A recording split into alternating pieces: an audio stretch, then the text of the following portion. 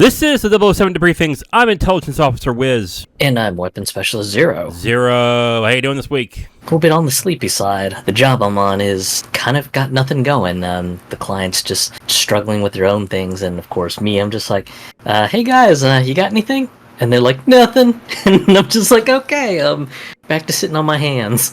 Yeah, Jesus, man, that sucks. But then again, you already knew with the job that you were doing that this was bound to happen. I can't come up with a clever one this week, I'm sorry.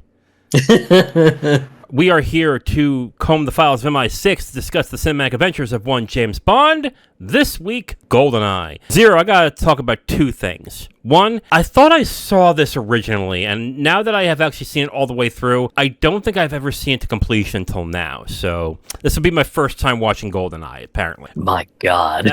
Secondly, there's a weird thing with Goldeneye specifically, and the thing that I keep seeing online, and mainly with Bond fans, especially from the 90s, is that Brosnan helped jumpstart Bond into a much bigger stratosphere, and it started with Goldeneye. Do you agree with that statement? Yes, but also I think it has to do with the co-marketing that they did with some of the IRL brands, because IBM's featured very heavily in this movie. All the computers that they work on, they're IBM workstations of some sort. Natalia even goes into like an IBM Russia store and basically like has a list of computers that she's trying to be cheeky with to say, hey, you know, I'm a buyer for a school and I need all these computers, but you have to let me play with these computers for me to make the decision. You've got IBM featured so heavily. And then on the car side, Aston Martin out, BMW in. That was another big one because of course this is like everyone's just like, oh my god, just we're going big with like BMW, oh my god. That was another big one. The watch that Bond uses this time, it's not a Seiko like it has been in the past. It's the Omega brand watches, which are very, very pricey if you've seen the price tag on them. Another big change, because in like the past Bond movies, he's worn a lot of just classy Seiko watches, and there have even been like hidden billboards for the Seiko brand in some of the past Bond movies that we've watched. And of course this time they're just like, nope, Bond deserves the best, so give him a luxury watch. And then of course I think what also jump-started the popularity is just Bond this time being played by Pierce Brosnan. He's the classy womanizer type, sharp dresser, and of course that's kind of what a lot of people sort of latch onto as the ideal modern day contemporary image of Bond, and I think that's kind of what sort of kickstarts everything. Okay, so you think the popularity started because of the brands that attached itself and Brosnan himself? Is that what you're saying? Okay, I disagree. Goldeneye did well in the box office, and so did the following film. And critics were pretty good with Pierce Brosnan, if I remember correctly. But I don't think that's what jump-started the popularity of Bond to where it is now. I think it has to do with one thing, and it's not a movie. It's GoldenEye 007 for N64. Do you know when GoldenEye 64 came out? Oh, you know what year. 97. Yeah, of course. Who am I talking to? Yeah, 1997. The same year that Tomorrow Never Dies came out. If you look at the box office when it comes to the next movies, which is The World's Not Enough and Die Another Day, box office goes up and up as that time goes. And I think that has a lot to do with the fact that GoldenEye was a huge game back then. I think that popularity gave the brand a bigger boost than I think it would have possibly ever had, and then led to a younger generation wanting to watch more Bond films, which would then go into movies like Quantum of Solace and Skyfall making enormous amounts of money.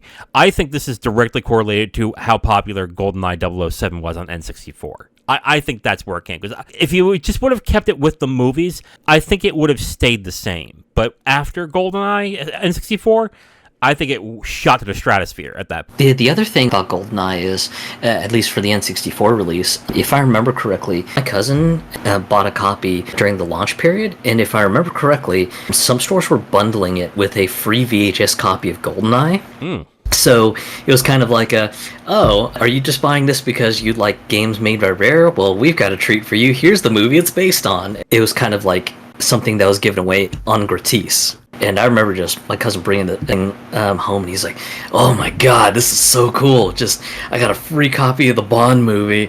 I've seen it before, but this is awesome. And I was just like, oh, that's neat. You know, just giving away the movie that the game's based on, and the movie is a relatively good movie. and it's got the backing of Rare, and Rare tends to make pretty good games. Okay, that sounds like one hell of a treat. Yeah, so that's smart marketing right there. I didn't even Yep. know that. Yeah, absolutely. All right, so let's get into our mission objectives. We go through all the Bond films and talk about specific categories with that Bond film. So let's get started with 007, which is James Bond played by Pierce Brosnan. super classy this time. A little bit heavy on the womanizing. Within the opening bit, he's just already making moves on money. He's just like, he's just turning on the schmoozing just right away. You have him doing a lot of practical stunts too, which, again, this is great to see just more practical stunt work again. It only just gets better from here. The one-liners are a little bit heavy. I mean, Bond usually delivers them when, just he's doing something, he ends up killing somebody, or just he ends up getting up and over on somebody, or even in some cases, just he'll drop a one-liner because of just like a bad situation, like when he and Natalia are just tied up and thrown into the helicopter and everything. He's an iteratively better Bond. I personally am not a fan of the womanizing, but that's just me. I think he just turns it up way too hard. Yeah, I would definitely agree with that, yeah. Just overall, I think he's an iteratively good Bond. I personally am not a fan of the womanizing. I know some people are. They're just like, oh, but he's so smooth. He gets all the ladies. It's like, but he's a spy. He's supposed to be keeping a low profile. He's not supposed to be schmoozing up to every potential woman he wants to fool around with. Yeah, but that's kind of been Bond's thing, though, right? Like, yeah, I'm a spy, but I like ass, too. Like, it's kind of his thing. If, honestly, we were going to go to the realism part with Bond, I think we would have a really tough time enjoying these movies. Yeah. I think for me, unfortunately, part of my impression is colored by Daniel Craig's portrayal, and oh god, minimal womanizing. He keeps to the book's portrayal, where just Bond is just a brutal and cunning and ruthless agent, and just does what he needs to do to get the job done. So I guess that may also sort of bias me on why I'm not too much of a fan of Pierce Brosnan's portrayal with a lot of womanizing. Okay, that's understandable. I find Brosnan's performance in this interesting because it seems like within about a half an hour of the movie, it becomes quite clear that he's trying to use all the Bonds as a template and mix and match to where it might suit him. You have the look and stature of Dalton. You have the charm of Moore, and then you have the ruggedness and the womanizing of Connery, I would say, in this movie. And the problem is he doesn't mix them well enough to create his own character. It just definitely seems like he's trying to pick in part as to what would be good for this situation. But with what he has, he's not bad. I actually like him in this movie. He's charming in some circumstances, and I think as well in the action, he does a very good job. I just think there is not a cohesive character there that is namely Brosnan's, but I think we get there around Tomorrow Never Dies. So I don't think he's bad. I think he's pretty good. He needs to cement what exactly Bond is going to be moving forward. It's kind of interesting that you mentioned that he's sort of like a blend of everything. It almost sounds like he's trying to be a greatest hits of Bond album as a character, which is a very, very interesting thought. So let's get into villain. Zero, there's like 4 villains in this movie. I mean, you have the main one, you have the henchman, you have the one general, and then you have the villain, the computer guy. But we only have to do 2. But the 2 I want to get into are the main villain and then the main henchman. So let's get into the main villain, which is 006 Alec Trevelyan, played by Sean Bean. He's kind of interesting. He comes off like smarmy, sort of smart-assy, especially in the beginning and everything. As you go through the movie and everything, Trevelyan usually gets the jump on Bond for the most part. When they meet up again for that real awkward reunion in the masonry place, of course, Bonds just expect just some Russian guy going, all right, I'm meeting an arms dealer. He goes by the nickname Yanis, and this guy is in like a Russian armored bullet train. Okay, just probably expecting a Russian guy. And then, of course, he steps out. He's like, hello, James. And, of course, it's just like Bond just gets completely disarmed by this. It's like, yo, what the shit? Yeah. And it seems to be that for most of them, Trevelyan usually gets the jump on Bond, or usually he outwits him. And then at the end, oh, God, just especially with that line delivery at the end by Bond, where just he's holding him by like the boot from this satellite array, and of course Trevelyan's looking at him going, oh, for England, James? And then of course Bond's like, no, for me, and just lets him go to his death. And it just feels so satisfying, just Trevelyan just getting his at the end. You're just like yes. Bond finally gets one up on him. I feel bad for people who saw this in theaters for one reason.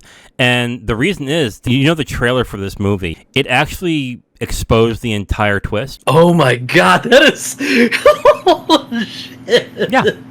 If you watch the trailer on YouTube right now, the first minute of the trailer is, and Bond goes against his biggest villain yet, 006. I'm like, why? Why would you do this? Holy shit.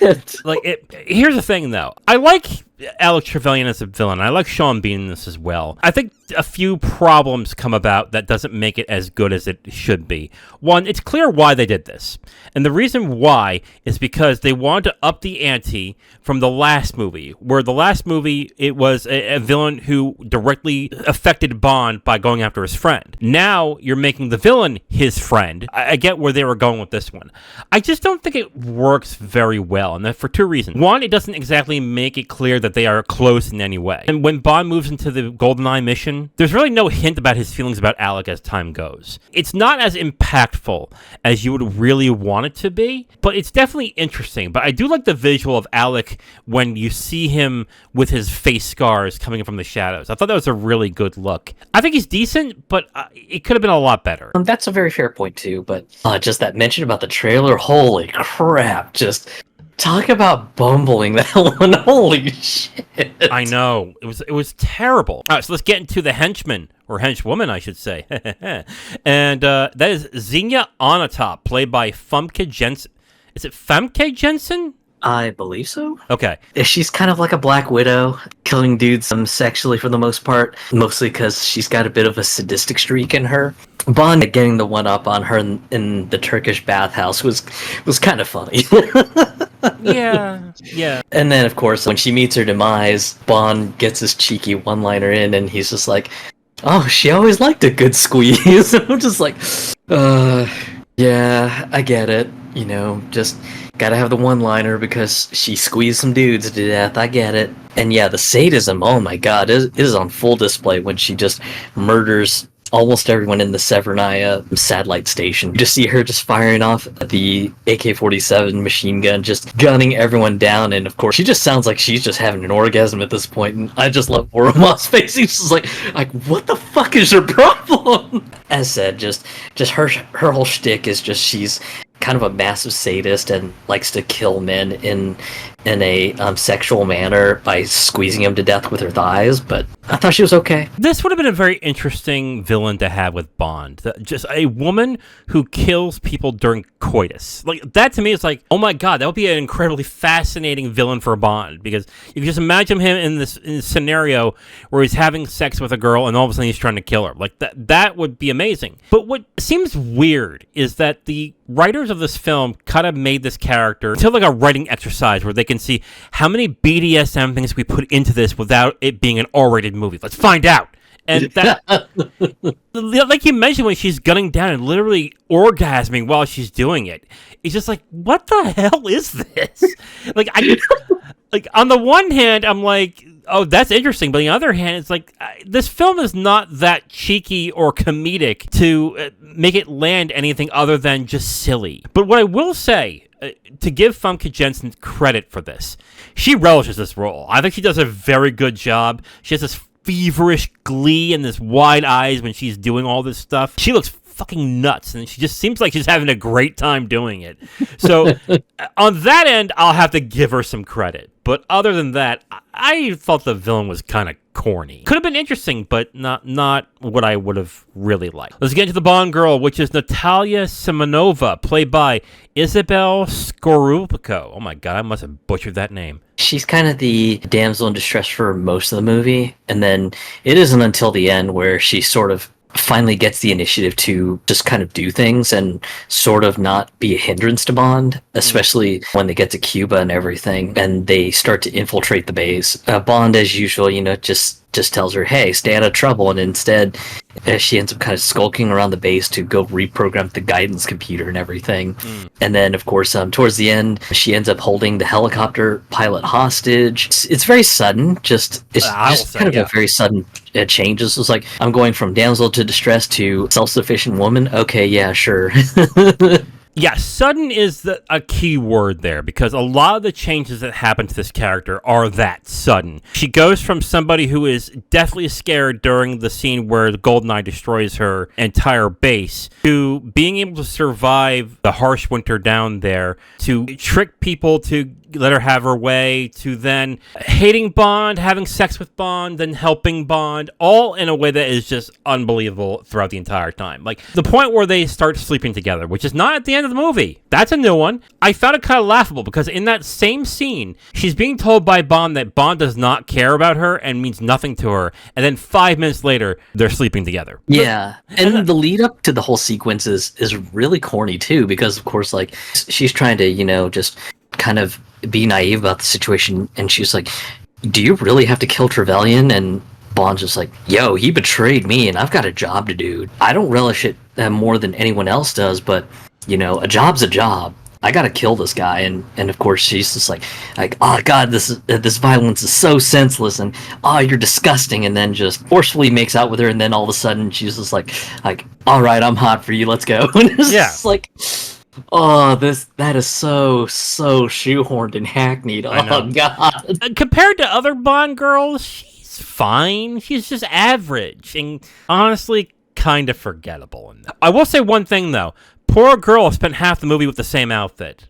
I gotta give her props on that. Gotta give her props. Honestly, you mean to tell me that she went through there had to be a few days where she went from the base to the town in the same dress and she wasn't smelling like shit? Come on. Like, really? Also, special mention to Joe Don Baker showing up as Jack Wade, because he previously played General Brad Whitaker in The Living Daylights. Yeah. He was the ultimate Bond girl in this movie. God, I love the scene where just Bond meets up with him in Russia, and of course he's just like you stiff ass bitch with your codes and crap, and then of course Bond holds him up. He's just like, show me the rose, and of course he's like, oh dear God, no, please. Yeah, that was pretty funny. All right, spy action. The action's just much more prominent in this movie, and going forward with the Brosnan movies. I mean, you start off with just a bungee jump into a base and everything. You're off to a great start there, and then of course the crazy escape sequence that Bond goes through with, fighting the plane to get it over a mountain. What a standout way to just start the movie, just with a high intensity action scene there, and then of course as you go along the movie, you've just got fantastic action scenes here and there. Car chase scenes are usually fantastic. Special mention to the tank chase scene in St. Petersburg.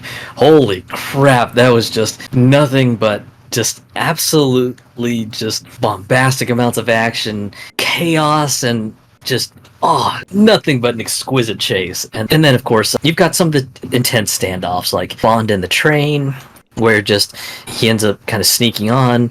Trevelyan and Xenia are basically kind of like taunting him, going, well, we've got the upper hand and Oromov's got the girl, you lose. And it's just this very, very tense moment, just Bond just trying to calculate, okay, how do I do this and get what I need to get this mission done. And it's just such a tense moment, because you're just like, okay, how is he going to play this? Is he just going to focus on the revenge part and, just put Natalia in a bad situation, or, just is he going to rescue Natalia, and as a result, just Trevelyan escapes? Just how he's going to do this, or is it just going to be like some crazy outlier scenario where he gets both done? And it's just such a good sequence and everything, because of the intensity of the situation. And then of course the scene for the Cuban Missile Base, that's just a lot of bombastic action, a lot of practical stunt work and action choreography, especially when you've got Bond fighting Trevelyan in the satellite array, just fists flying,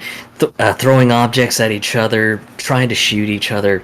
That one was a really intense and close quarters action sequence, and it was fantastic. The spy action stuff, really, really good in this movie. I agree. Like, everything about the movie so far to me has been average. This is where it goes from that to excellent. The action is excellent in this movie.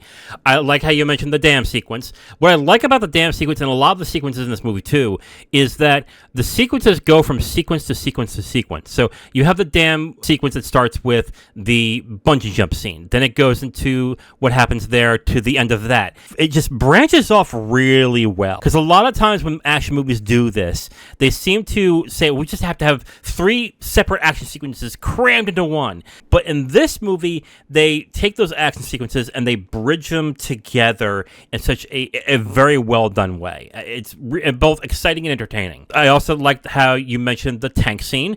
I think the tank scene is great for a number of reasons, not only because it's exciting and the practical effects are good, it's also fairly funny, but not in a campy way, which is what I really liked about that sequence. And then at the end, we have what happens at the Cuban Missile Base, and that was a really good one as well. Man, I gotta tell you, I really liked the action in this movie. It took a real good chunk of time out of this movie. Like, most of the film, I think, is good parts are action-based. There's one issue that I have, and it's that the music just doesn't seem to fit with the action most of the time. A lot of the music is like a mix between, I would say, industrial and hip-hop in a kind of weird way, and it just doesn't really fit very well with the action. I'll have a bigger issue with the music as we move forward to conclusions, but I think the music is kind of like the one thing I don't like about the action, is that the music doesn't back it up very well. Yeah, it's a bit unfortunate because we've got some moments where the music works out, the tank scene being the exemplar, in my opinion, because it's just kind of a fun little remix of the Bond theme and everything. You got some of the moments where just the music's just kind of off in its own world almost. When Natalia's trying to go to the church and stuff like that, and ends up being grabbed by both Boris and Xenia, just the music doesn't feel right here. Just there could have been something else that sort of gives the whole like spying espionage element. But don't like the choice here. So yeah, I'm definitely going to be with you on that one. That yeah, a lot of the music just feels off. Yeah. Yeah, and we'll get more into that as our conclusion goes by. So, theme song and opening credits, which is Goldeneye, written by Bono and The Edge, performed by Tina Turner. This is pretty good. I think that's mostly because I do quite like Tina Turner. Oh, yeah. It's just got the usual Tina Turner style to it and everything. It's not going to be as grand as Live and Let Die, and I think that one's just going to be hard to top for a good while. I could see why, but yeah. It's definitely good. Maybe top 5, maybe top 3. I think that's mostly because I do quite like Tina Turner. Oh, okay. I like the song too. I think it's very energetic and it has a lot of bombast with the voice of Tina Turner in it. Very exciting. I gotta say though, man, this opening sequence is both weird and fucking ugly. I was watching this going, what the fuck am I watching? Because who the fuck decided, what would be great? A sexy woman opening her mouth and a gun comes out of it. What the fuck? Like, what is this? Also, the way that the statues look and everything, I just think it looked hideous, to be absolutely honest. So I think this is a huge step down the opening sequence, but I like the theme song. Well, yeah, I think as far as the opening sequence goes, it's one of the first Bond movies that uses CG and everything for the opening sequence. And yeah, it's definitely not one of the nicer looking ones. And I get it. A lot of the motifs are supposed to be like anti-communist. I mean, you've got like these naked Bond girls like just breaking down like communist statues. You've got the girl that had the gun in her mouth blowing away like communist flags and stuff like that.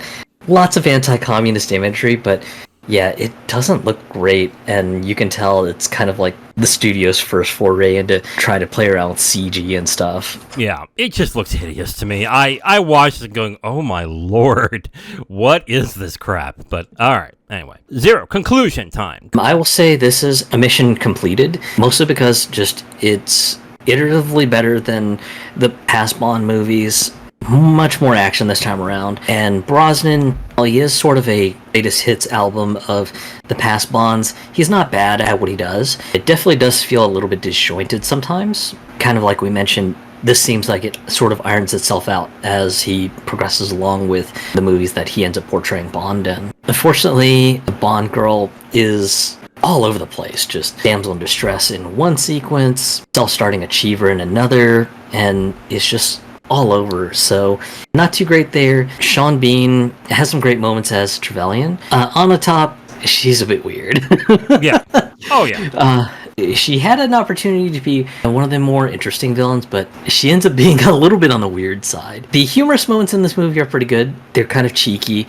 And of course, you've got the one-liners that Bond delivers, but overall, just, I think really the big star of the show is just the action and stunt sequences. They're just really, really excellent. They're over the top. They're just bombastic as you could get. The tank sequence is just one hell of a show. You've got this big tank just chasing a tiny little car through St. Petersburg, just causing just untold amount of damage, just crushing the corners of buildings, throwing jeeps off bridges and stuff like that. It's just so much. It's just fantastic. If you don't mind a Bond that's real heavy on the action and not quite too heavy on the spy stuff, then yeah, I would say you're probably going to be in for a great time with this one. I agree with you on a lot of points. I'm going to say mission accomplished as well with this one, but I agree with you on a lot of areas. First off, I think everything about the film is average, except for the action, which is excellent. The one thing I want to get to talk about on this as well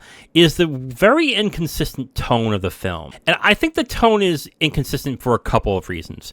One, you have this very dark palette look that feels a little bit grizzled and grimy, which is very unlike a lot of the Bond films. And then you have the music that we talked about that's very industrial with a little bit of hip-hop. Seems very off, but the film tries to make itself out to be a lot more serious than I think it was meant to. I think the reason why is, do you remember what was popular around then when it came to spy thrillers? Not offhand. Do you remember Jack Ryan? Yeah. Like Crimson Tide, Clear and Present Danger, Patriot Games. Those were popular at the time. They were spy fiction novels and spy fiction movies. I think what they try to do in this movie is they said, well, we need to update Bond to this generation, so we should probably incorporate some of that stuff in there too. And I think they went a little heavy on it. I don't mind a little bit of seriousness in Bond, but the tone just seems very off for a Bond film. And that has to do with, I think, mostly the music and how it just doesn't fit with the rest of the action and what's going on in the film. I do like how it's shot. I do like how it looks, but again, it's a little too dark. And I think the next few films lighten it up a bit, make it a little more fun, or I think this movie is trying to be a little more serious than it really needed to be. But again, the action is great in this movie, and the action is, I think, what makes this overall a good movie to watch. So I would say mission accomplished for me on this one. Mission accomplished for you? Yeah, mission accomplished. Mission accomplished for Goldeneye. Now, if you want my full review on this movie, you can go to my website at IamTheWiz.com. You'll have my full written review right on the site, along with a link to the video that has this review that you've just listened to. All right, Zero, so we are done with this review, so we're going to get to what is our assignment next week. Zero, what is that? 1997's Tomorrow Never Dies. That's right, Tomorrow Never Dies. This is the one with Michelle Yeoh, correct? Yeah. Nice. See, I remember this one because it was the first movie I watched with Michelle Yeoh in it, and I was actually kind of amazed by what I was watching at times. And that's funny because now you look at her work before and after, and like, that's nothing. That shit's nothing that she hasn't done. So I can't wait for that. So tune in next time. We're going to be reviewing Tomorrow Never Dies. I'm Intelligence Officer Wiz. And I'm Weapons Specialist Zero. Talk to you guys next time. Bye.